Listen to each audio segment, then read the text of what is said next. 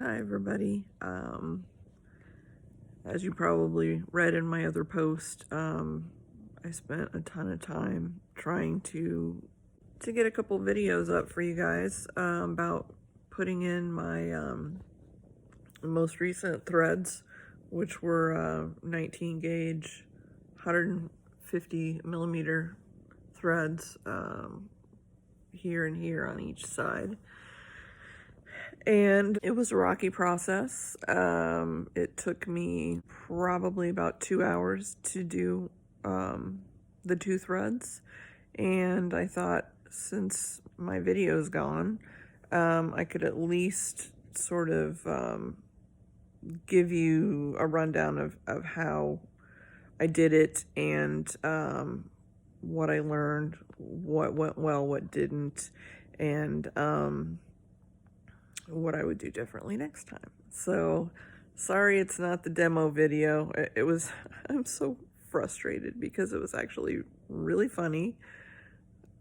When I get stressed, I'm kind of I think I'm funny. I kind of go to comedy to relieve the stress. So, and there was some discussion I was trying to generate as well, some questions I had for people to try to discuss, but anyway, water under the bridge. So I apologize if I look a bit flushed and my eyes look like I'm stoned, but I've had a bit of a emotional purging this morning, but actually kind of makes me feel better. I think we need that every once in a while. So let me get you, I'll take my glasses off. I can't see without them, but I'll get you a little close up here as best I can. I'm in my living room. It's natural light. I took a shower, but I've got literally nothing on my face but my usual products. But I'm pretty impressed with the lack of bruising here. This is actually from a milia extraction 2 days before this, so clearly this is holding up pretty well. The other side, this was the side that should have been easy and ended up being actually a lot harder than the other side, because this is the side I got to use my dominant hand on. But yeah, I'll talk about that in a little bit. But still a little more, there was more trauma here, so it's a little more bruised. You can kind of see the bruising wanting to streak down the space that the thread went into, which is perfectly normal. But other than that, not a lot in the way of bruising. I'm gonna put my glasses back on because I hate not being able to see. All right, so what did I do? I have a lot of threads in my face. And I kind of went into that in the video. I've got a couple of PDO monos up here on either side. Everything I do is both sides. I have a meshwork of, I think, 5 on each side. PLLA screw threads, just because I really wanted to get some structure up here. Partly because I need structure up there, but partly because my plan was to eventually do these PLLA cogs, and I kind of wanted to give them something good to anchor into. And then for that same reason, I did a meshwork down here not long after I did my second set of lip threads, and whatever this thing's called. Filtral columns. Jeez. Couple in my filtral columns as well. And then those are PCL screw threads. I have a set of PDO monos, and they were fine, but I didn't get the volume and edge definition that I wanted from those. So I, 4 weeks later, did some PCL screw threads in my vermilion borders, and those were what I put, 1 in each of my filter columns, and I love them. They're making me very happy. They don't have the zaps, when you move and your thread kind of zings you. I had that a lot with the PDO monos, but I really haven't had that with the PCL screw threads. So that gets us to the cog threads I bought were from Filler House. It was my first Filler House order that I've placed. I've since ordered more threads from them because I liked these threads. I bought like 4 different kinds from them. I've used them all. I've liked them all. And so when they had a sale recently, I ordered more because I'm a thread head now, and that's a hashtag, and I'm going to make that trend. So I had gotten kind of practice with the other threads. I think the biggest thing with threads is finding the plane that you need to go in, and it's going to be different for every part of your face. And you know, for like your lips, you kind of want to see that definition, but here I don't want to see the threads. I just want them to do their job. You know, most threads are that way. So you have to find that layer that is, you know, through the epidermis and kind of, I don't know if I'm a nurse, I should know, but if it's intradermal or anyway, it's above the muscle fascia for the most part.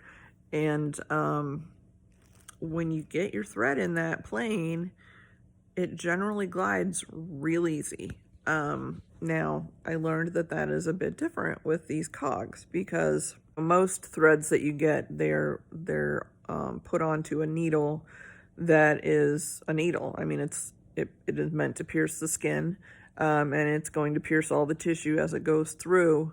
So, you know, if you run it through a blood vessel, you're going to bruise there. These giant honkers, you know, most of the threads that I have, I think, are like 26 gauge, 27 gauge, pretty small. These were 19.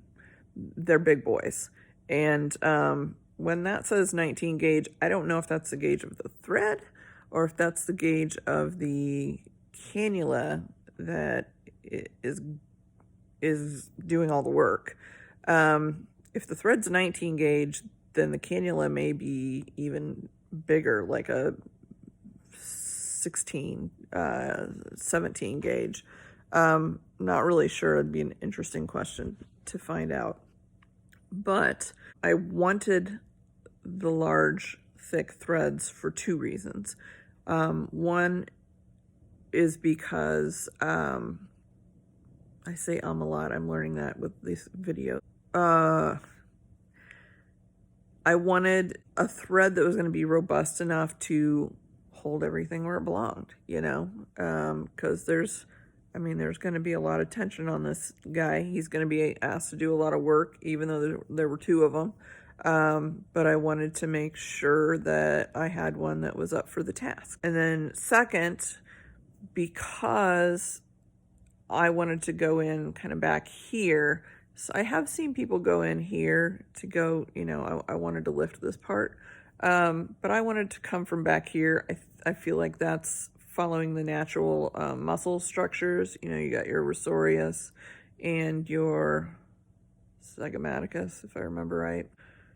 But their insertion points are back here, and I didn't really want a lift that ended here, if that makes sense. So needing a longer cannula, and the cannula being blunt, it's not just ripping its way through your tissue. It's kind of navigating its way, you know, kind of just bluntly moving the tissue aside.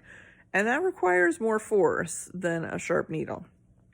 So I was worried that a thinner cannula, especially at that length and the different fascia layers that you tend to hit coming through these structures, I was worried that a thinner cannula would bend or be really, really difficult to drive because you're trying to control all the movement from here or, you know, or even up here, and your tip is that far away from your point of control. So that's why I chose the ones I did. I do not regret choosing those. However, what I learned, and this was the biggest point of frustration, is, and let me preface this by saying I've done some cannula work before, but it's been with flexible cannulas, and they've been, I've used them to distribute PRF kind of up under here and here, and even when I did a lip fill with PRF. And so I know how to use a cannula. As a nurse, I also know how to use a cannula, but doing it on yourself is different. But to get a cannula into your face, because they're blunt, you have to use a pilot hole needle. So you need a needle that is as big as or a little bigger than the cannula that you're going to be using. And you take that and you pop it in and get into that plane of tissue that you want to be in, and then kind of wiggle it a little bit to kind of widen the hole. And then ideally you pull that needle out and the cannula follows in behind it. However, it's not as simple as all that when you're going through multiple layers of tissue. And here's the reason why. If I have my pilot hole and my skin is maybe a little stretched while I'm making it, I might have a hole, a channel, but when my skin unstretches, those layers will shift. And now I have a hole here that may not go straight through. So once you get that pilot hole, there's a lot of sort of trying to finagle and angle to still get through all those layers of tissue into the layer that you need to be in. So that was my biggest struggle with doing these, was getting my cannula through my pilot hole and into the correct layer of tissue. Once I got it in there, because of the way the thread is secured to the end of the cannula, you've got probably a centimeter or so of thread sticking out that's barbed, or cogged or whatever. And so it's dragging, it can't be helped. It's dragging as you're pushing it in, so there's some resistance with that. And then the cannula itself has a bevel so that there's kind of a blunt end, and then there's a cutout area where the thread comes out and wraps and then is secured onto that with those little stoppers. And then most of the thread is up inside, but you've got that little bit at the end that is kind of paving the way for everything, and it's dragging. So there's kind of a lot of, once I got in there, kind of moving my skin around, trying to kind of push and guide. I had marked things out, you've seen that in the picture, and wanted to stay along those marks, but I also was trying to stay in the same plane of tissue, because I think most often when you see the puckers that people end up with, it's because either one, they're purely too superficial, not going through the right layers, but two, I think if you're going kind of up and down through planes, then when you start pulling that back, things might retract a little differently. So I was trying to be very careful to stay in the same plane. And I did have a couple areas, you can't see them as much anymore, but like right in here, let's see, there was a bit of a hollow because it did come superficial here. There was another one, I think it was on this side, that when I was pushing the cannula in through the pilot hole, it all of a sudden went, and it went in, but it went through this, too superficial of a layer. And so then I had to kind of guide it deeper, and so I had this little hollower looking area there. As you can see, it looks a lot better now, but I was a little concerned at the time. Once I got it in, it was, slow and steady to guide it. I ended one. You can actually see it. Unfortunately, it came a little too superficial. One of them ended right here, and it was not painful at all until I got right about to here. And then I know there's nerves and blood vessels and probably a plane or two of connective tissue. And it was really hard to punch through that. But I didn't want that look where you get like a, I don't know, you can tell, I think, on some people. I wanted to come past that plane so that my lifting was coming a little more from the corner of my mouth, and also sort of combating this nasolabial fold here, which I think, and I'll talk about that a little more later, but I think I wasn't super happy with it, but I had a pretty good fix for it. And actually, it has since, I think, snapped. I'm gonna make a different post about that, but I think I snapped it yesterday when I went and did a bad habit of just leaning on my, and I felt this, and now I can feel both ends of this guy, because he goes up to here, but I can tell right in here is probably where it snapped. So the good thing is I haven't really noticed a falling or anything. I mean, honestly, once you get in there and the tissue is attached, it's still doing something, it's not just like it went back to where it was. The nice thing about doing these yourself though, guys, you can go at your own speed. When it hurt, and it hurt, I mean, I numbed everything, but right in here, it hurt. And I had to take a couple of breather breaks, and my back pain is terrible, so I had to take some back pain breaks. I was just standing there thinking, if someone was doing this to me, they would just shove through there, and I would be left to deal with the consequences rather than following my own instinct, redirecting or slowing down when things don't feel quite right to me. You don't get that when somebody's doing this to you. I think that's a really nice perk among many to doing this kind of thing by yourself. So I got that one in, and then the second one was a little tougher to get through, and I had to come at a little different angle, but I went through the same pilot hole. That one kind of wanted to track a little further south than I wanted, so I had to do a little adjusting and kind of actually move my tissue to put the right tissue in front of it, because it's hard to drive, like I said, that cannula.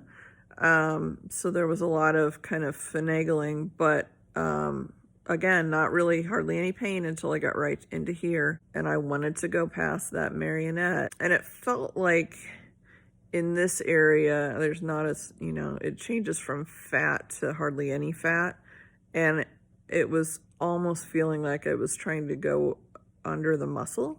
So I really had to kind of feel as I was advancing to make sure it was superficial enough to not be under the muscle, but also deep enough that it didn't leave like a pucker or a tent in the skin there. I actually mapped these two's placement out after these were placed, because I wanted to see the effect that this had so that I could try to get, little adjustments for symmetry if need be.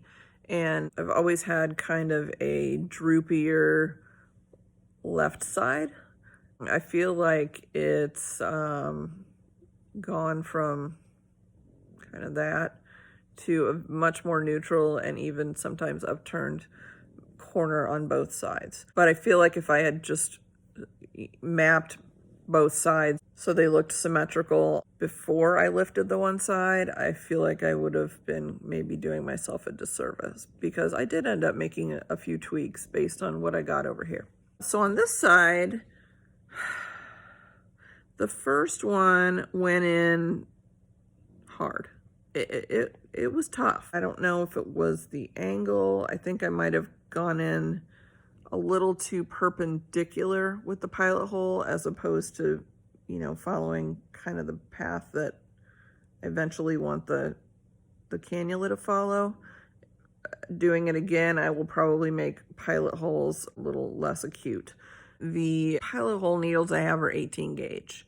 These are 19 gauge, either threads or cannulas, I'm not sure which, but pretty tight fit. Next time, probably 16 gauge pilot hole needles. That extra gauge, I think, would have helped a lot with trying to get the cannulas in. But I'm telling you, it took me probably a good 10 minutes to get that first guy through. But once I got it through, I was able to keep it in its plane pretty well. And it still was sore here, but it went through easier than on this side. I can sometimes see where the end of it is, but it doesn't stick out nearly as much as this one. And clearly it didn't bruise. This one did bruise a bit, kind of right in this area, but this one did not. So that one, it was promising. I was like, okay, well, you know, the second one should be great. No, the second one was hell. I probably spent 20-25 minutes trying to get one of the cannulas through that same stinking hole. I even went back in with the pilot needle and kind of, you know, tried to widen it again. Couldn't get it in there. I felt like it was either catching on the other thread that was already in there, because I leave them both out and then trim them, you know, at the end after I have everything placed well. Either catching on that or, you know, there was just something obstructing it. And of course, because of the thread being exterior at the tip there, once you get it in there, you're already catching on your tissue. So trying to pull it back out, I mean, these are kind of forward only pieces of equipment. You don't go in and then readjust. And that's kind of what's scary about them, is you're commit. Every time you move forward, you're committing. So it's kind of freaking out because I'm like, what am I going to do now? You know, I don't really know if I can get it out because it had gone in about, And the other thing is, when you're driving a cannula, for other procedures, you can, one of the nice things is you can kind of twist the cannula to kind of drive it, because the bevel that's cut out on the side of it, it does drag a little on your tissues, and you'll feel it. It's kind of that icky feeling, just the weirdness, not pain, but you can feel it kind of dragging. But you can kind of twist the cannula of a regular flexible dermal filler cannula to kind of drive through tissue. This you can't, again, because those threads are catching. So twisting it is, you just can't. I just said screw it, and I yanked it out. And fortunately, it did not disrupt my other one. But what I found was the tip of that cannula, and I always inspect them before I go in. During all of this, the tip, there should just have been a little bit of a bluntness on the end. It had folded over and twisted at the end. So I was never going anywhere. Even if I'm glad I didn't get further in. If I got further in, I don't know how I would have gotten all the way through. And I wouldn't have been able to pull it back out. So I am glad I did that. If I was smart, I would have just made a second pilot hole right next to that one, but no, I was stupid, and I was like, well, I can drive a good one through there. It was just the crappy one that I couldn't get through. So no, it took me another 15 minutes to get that one through, but it did finally go through. Although with that one, I ended up actually bending the cannula shaft, not the tip, but partway through it bent a little bit. So once I got it in, I had to kind of straighten the bend out so that I could drive it where I wanted it, which was down here. Pulling them out is a really weird feeling, partly because of the cogs themselves dragging on your skin, and partly because that cannula bevel has an edge, so it's kind of scraping out also. After each thread, once I got it placed and kind of smoothed everything up, and then pulled the cannula out, I did a lot of the smoothing work, you know, where you hold some traction on this end and kind of smooth everything up. Because I wanted to know what this lift was going to look like before I went in here and, you know, again, just double check and make sure it was going to be where I wanted it to be. And so then after I got the second one out, I smoothed it up as well and snipped them. In burying these threads, those iris scissors that I've talked about on a different post are fantastic. What I did was I kind of pulled the thread, kind of folded it back, put traction this way, and then cut it as close to the skin as possible. But once I got them both snipped, I took a gua sha stone. It kind of felt like a little bit of a genius hack, and rubbed, you know, up along the threads, just gently. I didn't want to snap them like I did 2 days later. There were some areas that were more puckery than others, and using two hands and kind of, you know, holding traction and tension where I wanted it, and then using the gua sha tool to kind of put everything in the right direction was really helpful. And then up here at the top, I was holding some traction down here, but then pushing this part up and over the thread end. And then I actually did it from different directions and kind of moved everything around, because you really want to get them buried in there. If they're sticking out, that is just a super highway for germs and infection. So you gotta get them buried. So I gua sha'd on both sides. I have this arnica gel that I was rubbing in every few hours up until yesterday. But by the next day, I felt like things had settled nicely. I mean, you get that initial swelling and you're sitting there going, what the heck did I just do to my face? Like most of the things that we do. But I think they've settled pretty well considering everything that I did to my face. I'm hoping they soften up over time. They don't hurt, but I know they're there. I haven't had any zings like I do with PDO threads. And other than the one I'm pretty sure snapping, I've been able to eat, I've been able to talk. It's a little sore to smile, kind of right in here, but really not bad at all. I still feel like my movement is a little unnatural. And then the next day, I felt like I had some concavity here, and to a lesser extent here. But I figured it couldn't hurt to throw some threads in there. I put 2 going up, and then same thing on this side, and then I did one here and one here, kind of zigzagged back and forth over this nasolabial fold in a couple different directions. So one went here and one kind of went here. But I just wanted to build that up a little bit, and I hope that didn't contribute to it snapping. But I think the extra threads helped. Is there any such thing as too many threads? I think not. You guys are awesome. Thanks for being understanding about my technical ineptitude, and I will try to keep the good stuff coming. Bye, guys.